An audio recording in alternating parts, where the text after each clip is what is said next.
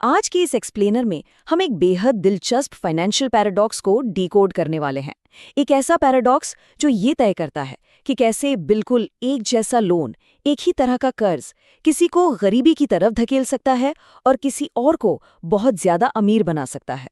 तो चलिए सीधे मुद्दे पर आते हैं और इस पूरे खेल को गहराई से समझते हैं। एक बहुत ही बुनियादी सवाल है, क्या लोन लेना किसी को अमीर बनाएगा या गरीब? सच कहें तो ये सवाल सीधे तौर पर हमारे बचपन की उस पक्की धारणा को चुनौती देता है जो हमने हमेशा सुनी है। बचपन से हमें यही सिखाया गया है कि कर्ज बुरी बला है, इससे हमेशा दूर रहना चाहिए। और देखा जाए तो ये बात पूरी तरह गलत भी नहीं है, लेकिन असली कहानी का एक और पहलू है। कर्ज गरीब को और गरीब बनाता है, जबकि वही कर्ज एक अमीर को और ज्यादा अमीर बना देता है। आखिर ऐसा होता क्यों है? असल में डेब्ट या कर्ज अपने आप में ना तो अच्छा होता है और ना ही बुरा।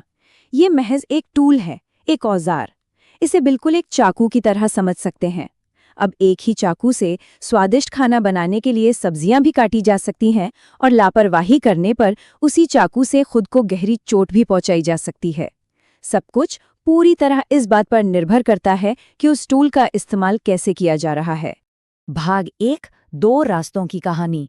इस बात को एक बहुत ही आम सी स्थिति से समझते हैं। मान लेते हैं कि दो दोस्त हैं, राहुल और अर्जुन। दोनों की शुरुआत बिल्कुल एक ही जगह से होती है। दोनों नौकरी पेशा हैं, दोनों की महीने की सैलरी 25,000 रुपए है और दोनों ही बैंक जाकर बिल्कुल एक समान 5 लाख रुपए का पर्सनल लोन लेते हैं। यहाँ तक सब कुछ एकदम बराबर है। अब इसके बाद जो भी बड़ा फर्क आएगा वो सिर्फ और सिर्फ उनके अपने फैसलों की वजह से आएगा। तो सबसे अहम बात यह है कि उस पैसे का हुआ क्या। राहुल को लगा कि जिंदगी एक ही है, तो क्यों ना थोड़े मजे किए जाएं। उसने एक बढ़िया सा नया फोन लिया, एक शानदार बाइक खरीदी और दोस्तों के साथ घूमने निकल गया। उसे लगा कि उसकी लाइफस्टाइल अपग्रेड हो गई है। वहीं दूसरी तरफ अर्जुन ने उस पैसे को तुरंत खर्च करने के बजाय एक छोटे से क्लाउड किचन में इन्वेस्ट कर दिया। शुरुआत में अर्जुन को काफी दिक्कतें आईं, ऑर्डर्स कम आते थे, मेहनत ज्यादा थी।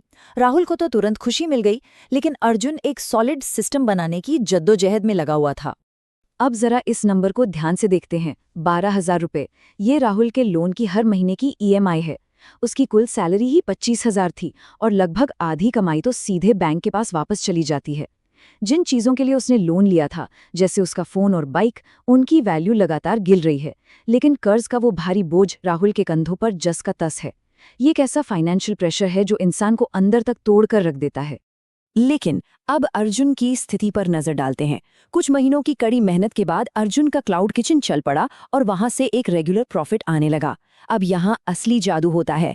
अर्जुन अपनी ईएमआई अपनी जेब से नहीं भर रहा था, उसका वो नया बिजनेस ही उस कर्ज की किश्तें चुका रहा था।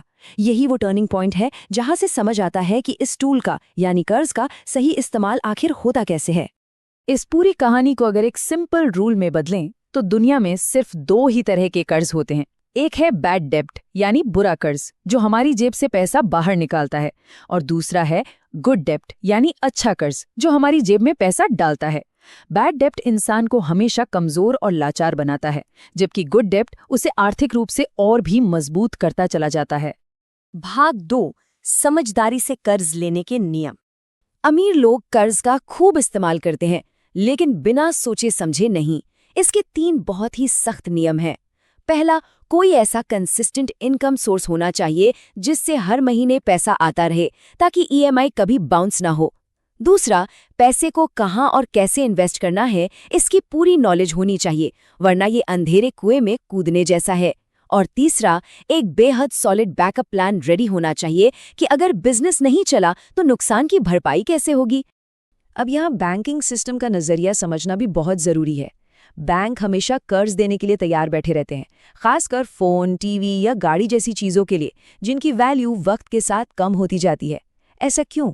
क्योंकि बैंक को पता है कि इस पैसे से कोई इंसान आजाद नहीं होने वाला, कोई बड़ा सिस्टम नहीं खड़ा होगा, बस किश्तें समय पर आती रहेंगी। बैंक कभी ये नहीं सिखाएगा कि उस लोन से वेल्थ कैसे बनानी है, क्योंकि अगर हर कोई अमीर बन गया तो लोग उनके इस सिस्टम से हमेशा के लिए बाहर निकल जाएंगे। भाग 3, वेल्थ सिस्टम का निर्माण। अब मान लेते हैं कि अर्जुन का काम बहुत शानदार चल रहा है और उसकी इनकम बढ़कर 80,000 रुपए महीने तक पहुंच गई है। यहाँ पर एक बहुत बड़ा क्रॉसरोड यानी चौराहा आता है। एक आम इंसान इस मुकाम पर क्या करता है? वो तुरंत अपने खर्चे बढ़ा लेता है और नई नई चीजें खरीदने लगता है। लेकिन जो लोग वेल्थ क्रिएट करते हैं वो उस पैसे को वापस अपने उसी सिस्टम में लगा देते हैं। अर्जुन ने अपनी लाइफस्टाइल महंगी नहीं की, बल्कि अपना बिजनेस और बड़ा किया। अर्जुन ने उस एक्स्ट्रा पैसे से एक और किचन खोल लिया, फिर उसने कैटरिंग सर्विस शुरू कर दी और उसके बाद पैक्ड फूड का काम भी। उसने कमाई के कई अलग अलग रास्ते बना लिए। इससे हुआ ये कि अगर कल को एक काम धीमा भी पड़ जाए तो बाकी के सोर्स चलते रहेंगे। लोन लेना तो सिर्फ एक शुरुआत थी, लेकिन असली अमीरी एक ऐसा ही सेल्फ सस्टेनिंग फाइनेंशियल इकोसिस्टम बनाने से आती है। दिलचस्प बात यह है कि जब ऐसा कोई मजबूत सिस्टम खड़ा हो जाता है तो पूरा खेल ही पलट जाता है।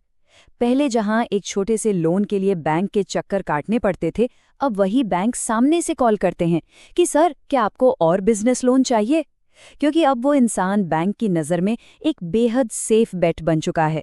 बैंक को मालूम है कि ये व्यक्ति पैसे से पैसा बनाना जानता है। लेकिन यहाँ एक बहुत बड़ा अलर्ट भी है। इस स्टेज पर आकर कई लोग ओवर कॉन्फिडेंस का शिकार हो जाते हैं। उन्हें लगता है कि जब सब कुछ इतना बढ़िया चल ही रहा है तो क्यों ना एक बहुत बड़ा लोन लेकर सब कुछ डबल कर दिया जाए। बिना स्ट्रिक्ट कंट्रोल के बहुत तेजी से बिजनेस बढ़ाना एक बेहद खतरनाक जाल बन सकता है। जितना आसानी से संभाला जा सके, एक्सपेंशन भी उतना ही होना चाहिए। और जो लोग इस सिस्टम को बहुत ही समझदारी से मैनेज करते हैं, उन्हें कुछ ऐसे एडवांस्ड फायदे मिलते हैं जो एक आम सैलरी वाले इंसान को कभी नसीब नहीं होते, जैसे कि स्मार्ट तरीके से टैक्स बचाना, बिजनेस के खर्चों को क्लेम करना और लंबे समय के लिए बड़े कॉर्पोरेट एडवांटेज का फायदा उठाना। ये छोटे छोटे टैक्स बेनिफिट्स लॉन्ग टर्म में एक बहुत बड़ा इम्पैक्ट डालते हैं। भाग 4, असली माइंडसेट शिफ्ट। एक बहुत ही गहरी बात कही जाती है कि जब एक आम मानसिकता वाला इंसान लोन लेता है तो वो बस इतना सोचता है, इसकी ईएमआई कितनी बनेगी, क्या हर महीने वो किश्त भरी जा सकेगी। लेकिन जब एक अमीर मानसिकता वाला इंसान कर्ज लेता है तो उसका सवाल होता है, इस लोन से मेरी इनकम कितनी बनेगी। रिस्क और रिवॉर्ड को देखने के नजरिए का ये फर्क ही असली गेम चेंजर है। सच्ची वेल्थ या असली संपत्ति कोई गेट रिच क्विक स्कीम नहीं है। ये रातों रात नहीं बनती। ये सिर्फ नंबरों का खेल नहीं है, बल्कि पूरी तरह से माइंडसेट का खेल है। इसके लिए बेशुमार धैर्य की जरूरत होती है, लगातार नई चीजें सीखनी पड़ती हैं, और सबसे जरूरी बात, आज की उस छोटी सी खुशी और दिखावे को छोड़कर एक लंबे लक्ष्य पर टिके रहने का कठोर अनुशासन चाहिए होता है। तो आखिर में इस एक्सप्लेनर को एक बहुत ही जरूरी सवाल के साथ खत्म करते हैं। अगर आज अचानक से 5 लाख रुपए सामने आ जाएं तो उनका क्या होगा? क्या वो बस थोड़े से मजे के लिए खर्च हो जाएंगे, या फिर उन्हें एक ऐसे टूल की तरह इस्तेमाल किया जाएगा जो भविष्य में और पैसा बनाकर दे? ये कर्ज एक औजार बनेगा या एक जाल? ये फैसला ही आने वाला पूरा कल तय करेगा।